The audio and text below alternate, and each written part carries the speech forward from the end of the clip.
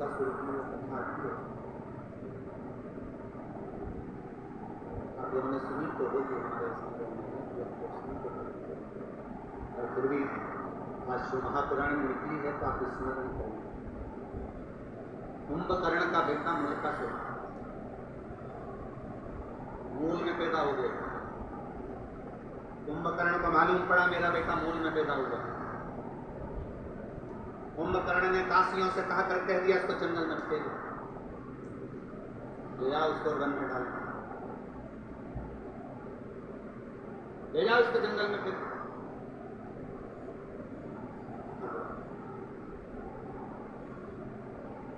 उस बच्चे को ले जाकर जंगल में फेंक, मूल में ऊपर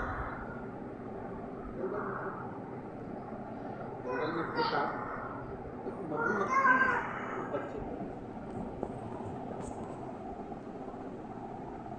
मधुमक्खी ने जब बच्चे को देखा कि कोई बच्चा रो रहा है और बिलख रहा है, इसके घर के लोग उसको यहाँ पकड़ कर चले। मधुमक्खी ने अपने छत्ते कुछ मत करो।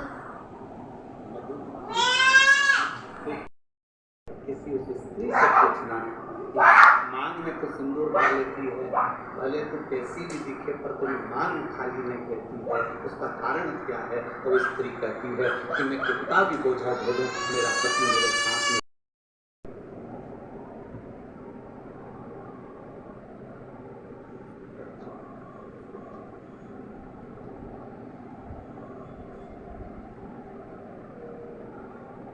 विचार करते स्मरण में लगे।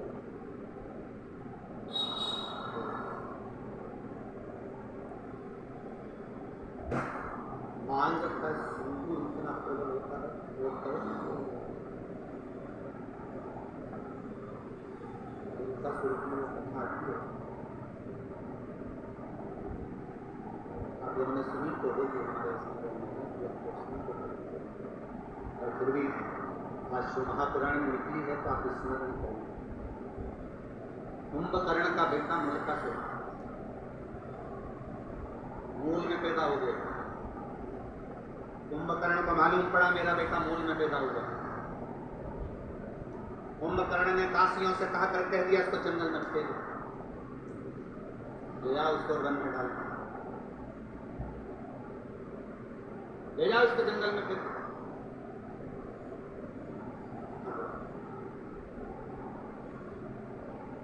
उस बच्चे को ले जाकर जंगल में फेंक, मूल में ऊपर जंगल में फेंका।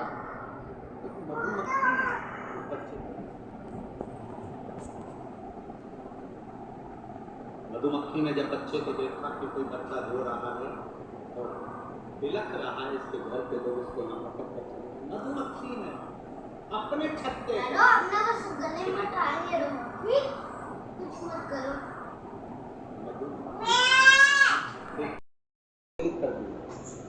शहद नीचे टपकने लगा। वो जो मूलकासुर था, कुंभकर्ण का जो बेटा था मूलका, वो नीचे सोया था, दे रहा था। मुंह में शहद उसके जाने लगा।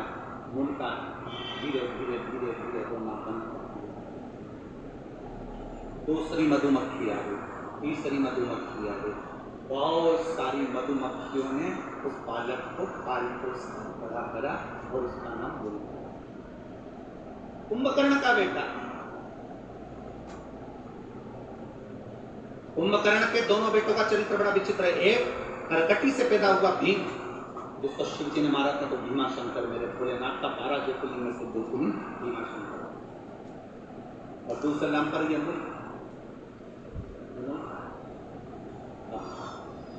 मूलका बड़ा हो गया। मधुमक्खियों ने पाल पोस कर बड़ा करा, तो मधुमक्खी कोई माता मानता था, मधुमक्खी कोई पिता मानता था।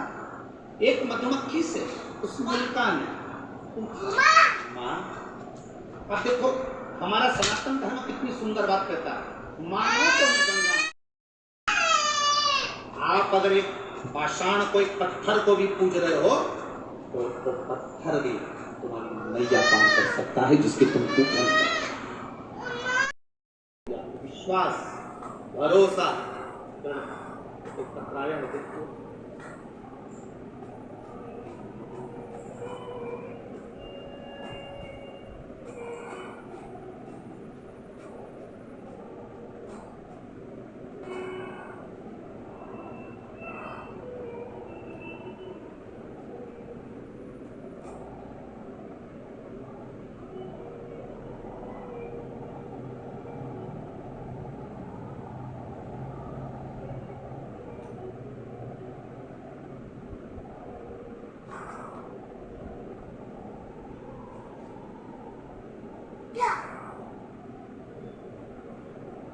सा देखिएगा, गुरुजी 13 साल से संतान नहीं, मैं बाबा का क्या वर्णन करूं गुरुदेव।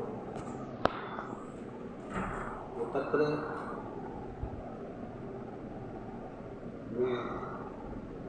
हरी सरकार मारुति नंदन महाराज मिश्रा जी के हाथ से भेजे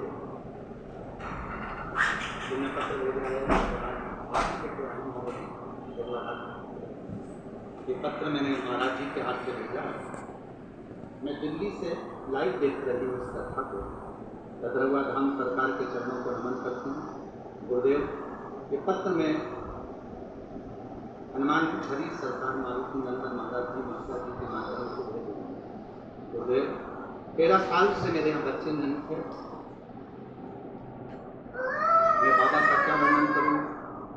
मेरे पति दिल्ली पुलिस में एसआई के पद पर थे।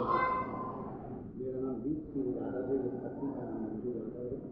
मैं जिला भिंड के थाना मोतहती कोहट ग्राम अमूरी जो ददरवा धाम से मात्र 2 किलोमीटर की दूरी पर स्थित है, वहाँ का रहने वाला। मेरे यहाँ संतान नहीं थी, मैं बाबा को क्या वर्णन करूँ गुरुदेव।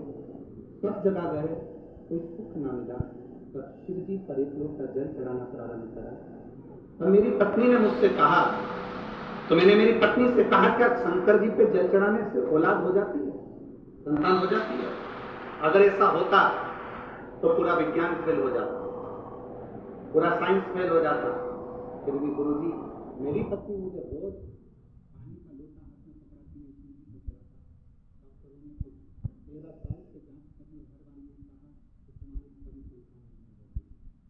मेरी पत्नी और मेरी पीठी को जल चढ़ा हुआ जल पीना प्रारंभ करा।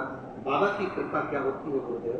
16 अक्टूबर 2023 के दिन सोमवार को मेरे यहाँ पुत्र रत्न की प्राप्ति हुई है। मैं बाबा को धन्यवाद।